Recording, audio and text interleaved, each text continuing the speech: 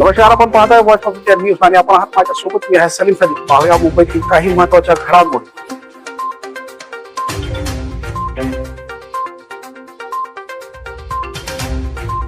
मांगगारुडी समाजाचा मंत्रालयावर इशारा.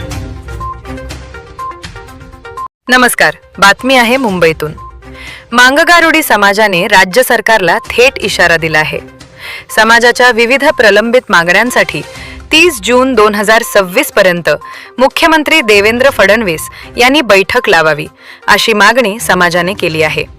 अन्यथा 1 जुलै 2026 रोजी शेकडो कार्यकर्ते मंत्रालयासमोर आत्मदहन करतील असा इशारा देण्यात आला आहे. सकल मांगगारुडी समाजाचे म्हणणे आहे की स्वातंत्र्यापासून आजपर्यंत समाजाला न्याय मिळालेला नाही. शासनाच्या अनेक सवलतींपासून समाज वंचित आहे. त्यामुळे समाजाच्या विकासासाठी 500 कोटी रुपयांचा निधी मंजूर करावा आणि मुंबई येथे स्वतंत्र समाज भवन उभारावे या प्रमुख मागण्या करण्यात आल्या आहेत. मुख्यमंत्र्यांनी महाराष्ट्रातील सर्व घटकांना न्याय दिला आहे. तसाच न्याय मांगगारुडी समाजालाही मिळावा अशी अपेक्षा समाजाने व्यक्त केली आहे.